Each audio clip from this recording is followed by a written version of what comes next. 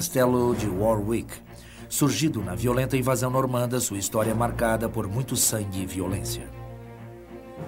Esta cidadela magnífica abrigou 3 cavaleiros quixotescos. 2 lutariam pelo trono da Inglaterra. Reviva o passado de luta do mais bem conservado forte medieval do mundo. A seguir, em Grandes Castelos da Europa.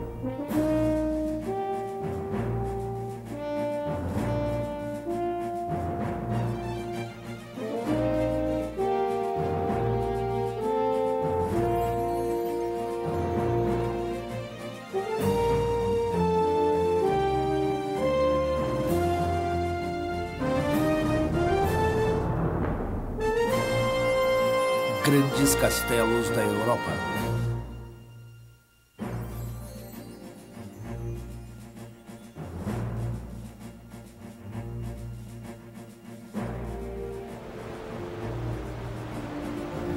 Warwick, Inglaterra, 1066. Uma flotilha de navios de guerra normandos aproxima-se da costa de Sussex. A bordo, 8.000 invasores encorajavam-se para a batalha liderada por William, Duque da Normandia. Desmontado e armazenado dentro de seus navios de estilo viking, está a arma militar decisiva dessa era. William ordenará que seja erguido pelo seu exército assim que desembarcar na Inglaterra. Um castelo simples que consistia em uma torre e um pátio. Conforme os exércitos do duque se dirigiam ao norte contra o rei saxão Harold II, eles conquistavam os campos com milhares desses fortes simples. Canterbury, Rochester, Londres, Windsor. Em 1068, os castelos marcam o caminho do conquistador à vitória e mudam a paisagem inglesa para sempre. Um castelo no coração da nação desenvolveu-se no elevado epítome da arquitetura defensiva, o Castelo de Warwick.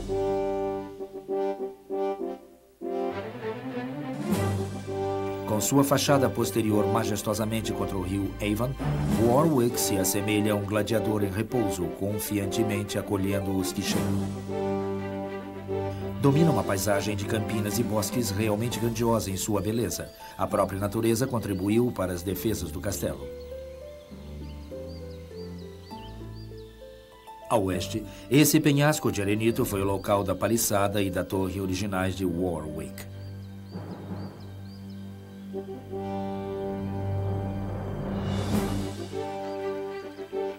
O Avon fornece força para o moinho e uma barreira permanente contra agressores do sul. William, o Conquistador, não reconheceria a face contemporânea de Warwick. Por 7 séculos, o gigante de batalhas evoluiu para suportar armas e táticas melhoradas. Esta é a fortaleza de madeira que William, o Conquistador, levantou em 1068 usando a madeira local. Em 2 séculos, pedras substituíram a madeira e uma alta muralha cercava o castelo. Torres geminadas poderosas surgiam ao leste, protegendo o portão e sua enorme ponte levadiça. No século XVI, a artilharia aperfeiçoada exigia muralhas mais espessas e, geralmente, cilhas maiores. Durante a Guerra Civil Inglesa, alojamentos ao sul abrigavam a realeza que era leal ao parlamento, enquanto a realeza ficava sitiada. O castelo abrigava um exército de defensores e provisões para meses de batalha. Através de castelos como Warwick, William o Conquistador dominou as facções em batalha da Inglaterra. Depois, então, manteve-se unidas com um sistema feudal altamente ordenado que unia servos a lordes regionais e lordes a seu rei. A rede de castelos de William foi a espinha dorsal de sua forte estrutura, mas seu coração era cavalheiresco.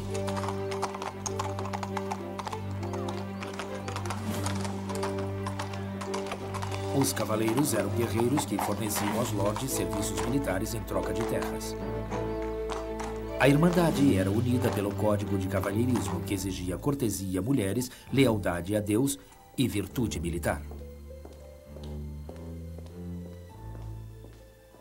Como as lembranças de uma antiga cruzada, relíquias provenientes de milhares de campanhas enfeitavam os saguões de Warwick.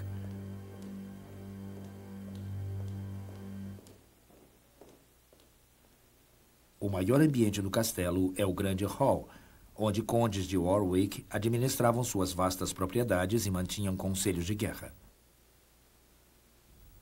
Um urso e uma tora marcaram seu brasão desde a época de Artgalus, um cavaleiro da Távola Redonda do rei Arthur. O urso abraça uma árvore arrancada do chão, que dizem foi usada por um idoso conde de Warwick para matar um gigante.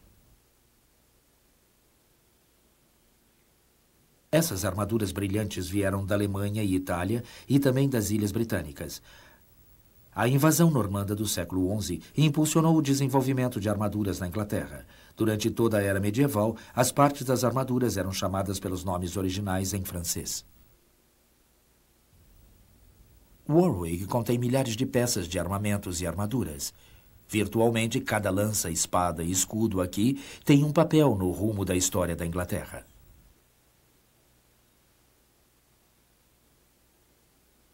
Os proprietários desses equipamentos incluem gigantes da história inglesa, como Lord Oliver Cromwell e Charles Edward Stuart, conhecido como Bonnie Prince Charles.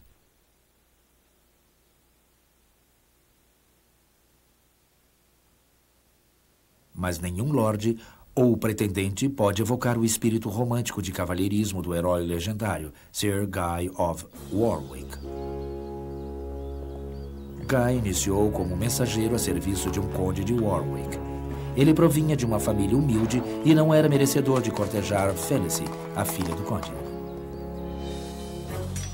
No entanto, Felice havia conquistado seu coração. Então Guy partiu para engrandecer seu nome nas regiões vizinhas ao condado de Warwick.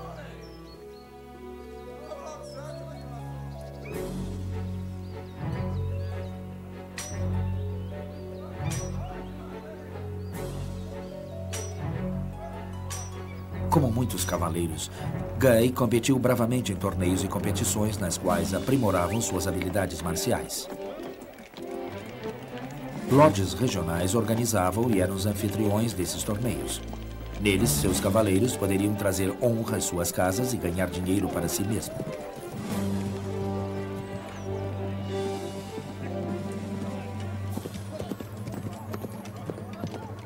Geralmente, o vencedor dos torneios poderia exigir o cavalo e as armas dos que foram derrotados. Frequentemente, também poderia exigir um resgate dos dominados.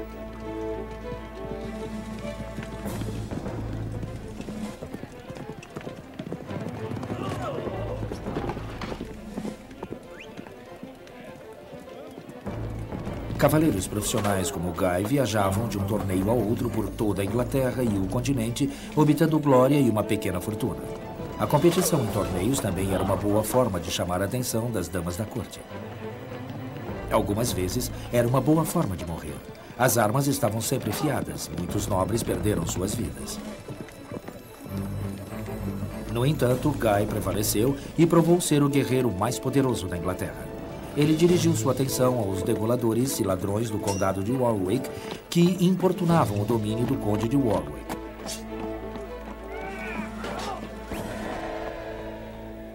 Depois, Guy usou sua espada contra monstros que aterrorizavam os moradores locais.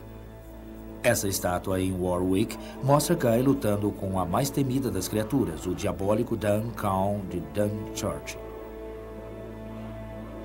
Quando Guy matou esta besta, as crônicas de coragem a seu respeito tiveram mais valor do que a sua origem humilde. Quando ele pediu a mão de Felice, ela consentiu ser sua noiva. Com a morte do pai de Felice, Guy foi intitulado Conde de Warwick. Esse enorme caldeirão é chamado de Porridge Pot de Guy. A lenda sugere que ele foi usado para fazer refeições colossais ao novo Conde de Warwick. No entanto, a vida calma e estabelecida não era suficiente para o cavaleiro aventureiro. Formando seu próprio exército, ele navegou para Jerusalém para resgatar a terra sagrada de invasores selvagens.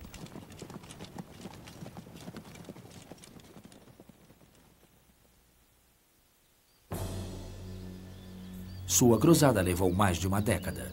Quando Guy retornou para Warwick, um homem cansado, muitos anos de matança, tinha diminuído seu apetite pela vida. Então resolveu não ser mais um cavaleiro.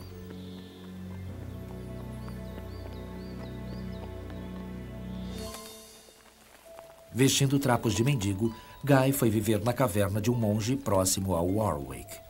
Ali, ele começou sua vida de oração. A bela Felice não sabia do retorno de Guy, nem de seus votos de pobreza e arrependimento. Ela esperou ano após ano em Warwick, sem imaginar que ele estava se definhando a poucos quilômetros dali.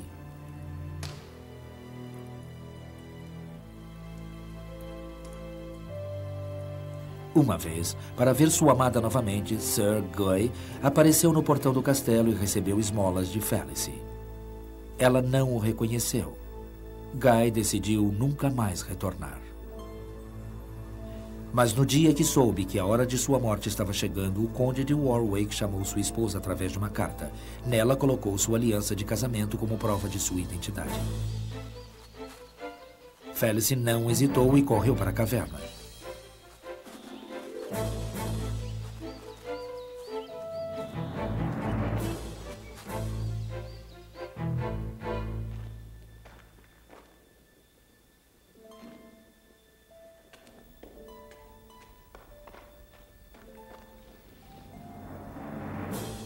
Sir Guy de Warwick morreu em seus braços.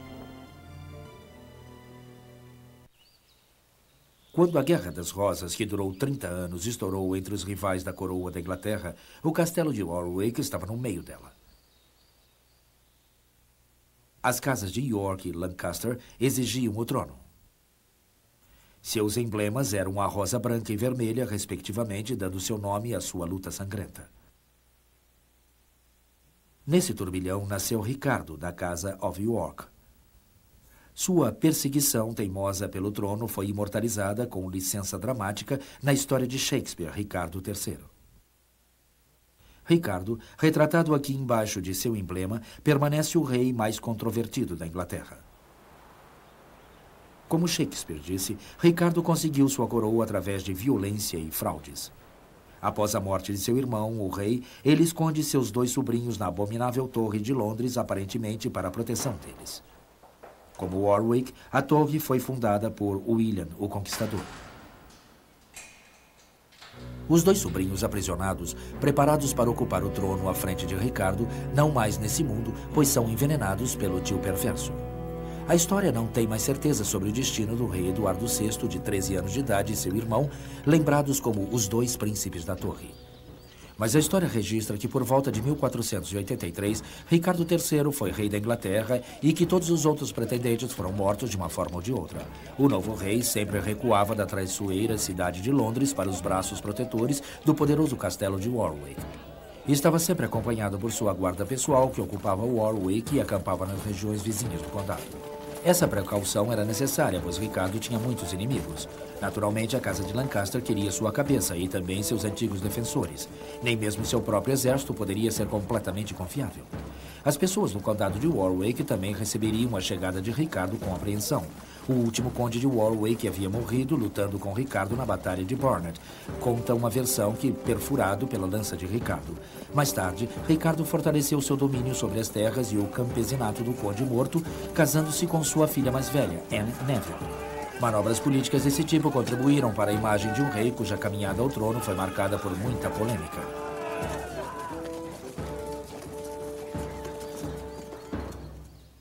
As características defensivas de Warwick refletem a força dos inimigos de Ricardo ao longo da história. Os exércitos que se aproximavam podiam ser avistados através de sentinelas no alto de 2 torres de defesa. Aqui, na Torre César, os arqueiros podiam interceptar invasores através desses vãos, chamados tronuras. Fendas em forma de flechas davam ainda mais proteção. Defensores também disparavam através das cruzes cortadas nas muralhas. Ricardo inclui estas altas posições defensivas chamadas Ninho de Corvo. Era quase impossível passar pelo poderoso cárcere de Warwick. No entanto, muitos antagonistas estavam dispostos a tentar. Entre as muralhas de Warwick, Ricardo estava protegido do exército de seus inimigos. No entanto, seu próprio forte estava infestado de espiões. O castelo fornecia vários meios para lidar com eles. Esta porta, conhecida como Porta Falsa, recebeu esse nome devido à sua utilidade em reconhecer a posição de um inimigo. Daqui, um sentinela amigo podia sair rapidamente. Também era útil para livrar-se de hóspedes indesejáveis.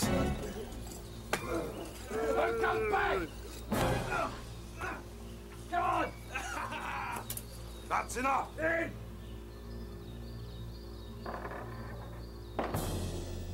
Qualquer destino era melhor que terminar aqui, no calabouço de Warwick, o destino final de muitos prisioneiros. Alguns eram mantidos como reféns ou persuadidos a revelar segredos estratégicos.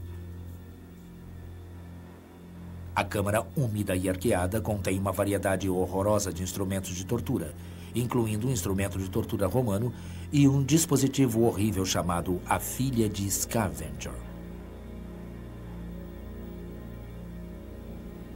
Talvez o pior destino fosse ficar trancado para sempre no oubliette, em francês, o lugar onde se é esquecido.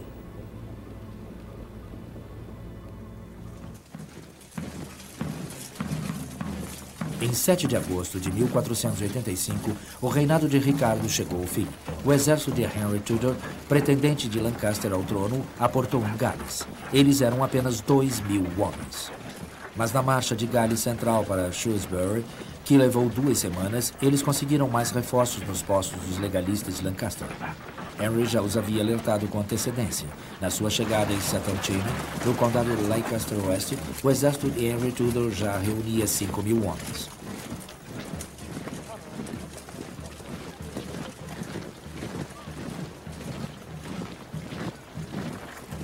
A invasão não surpreendeu Ricardo. Em 21 de agosto, certo da vitória, seu exército de 12.000 homens reuniu-se em Leicester. Um terceiro exército, comandado por Lord Thomas e Sir William Stanley, observava o que acontecia à distância. Os Stanley estavam a favor de Henry Tudor, mas como Ricardo era sempre prudente, ele já havia pego como refém o filho de Thomas Stanley. Ele estava certo da cooperação de Stanley.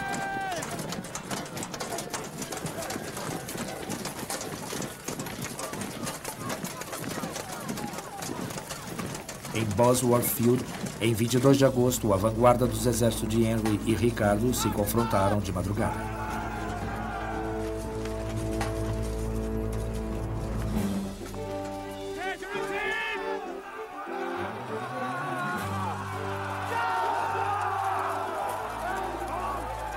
Em maior número, o exército de Ricardo parecia certo de prosseguir o dia, mas os soldados a pé de Henry repeliram seu primeiro ataque. O lado de Ricardo sofreu inúmeras perdas, incluindo seu comandante de batalha, o Duque de Norfolk. No auge da batalha, Henry, com uma escolta de 50 homens, correu em direção ao exército de Stanley para suplicar que se unissem a eles na luta contra o rei. Ricardo viu a sua chance de terminar a rivalidade de Lancaster de uma vez por todas. Ele atacou Henry com 900 soldados. Finalmente, os Stanley decidiram em qual lado ficar. 3.000 homens aliaram-se a Henry Tudor. Na guerra, o próprio rei matou muitos, incluindo o líder de Henry, Sir William Brandon.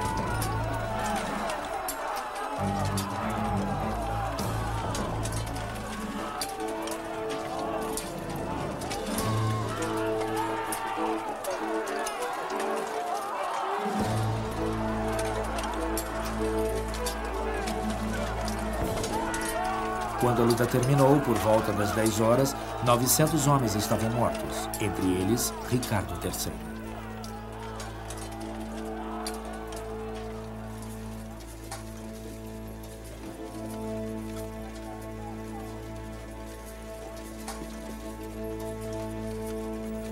Em um local agora chamado Crown Hill, Henry Tudor tirou a coroa da Inglaterra do cadáver de Ricardo. Lord Thomas Stanley proclamou-se rei.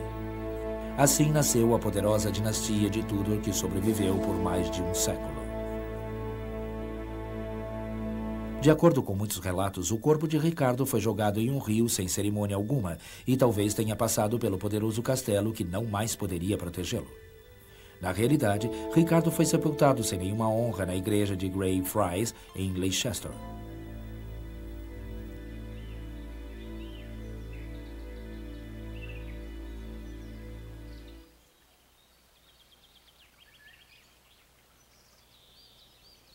Warwick permaneceu de posse da coroa por mais um século, até o rei Eduardo VI conceder o castelo e o título de propriedade a John Dudley, Duque de Northumberland.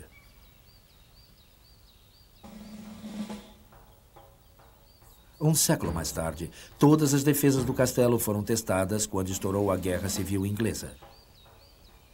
Por 2 semanas, canhões dispararam contra as muralhas de Warwick, deixando marcas que permanecem até hoje. Finalmente, os monarquistas retiraram-se e o castelo foi salvo. Muitas outras poderosas fortalezas não tiveram tanta sorte.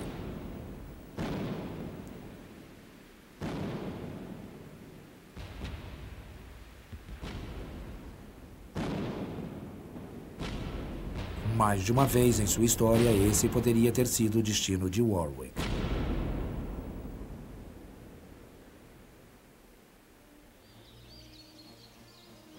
Mas o castelo teve a sorte de sobreviver, em grande parte devido à imagem intimidadora que apresentava a seus possíveis invasores. Atualmente, Warwick pertence a Madame Tussauds de Londres. Ele é ameaçado apenas por exércitos amigos, de turistas. Como um velho soldado, ele os deleita com contos de grandeza medieval e os ajuda a reviver, por alguns momentos, seu passado de luta.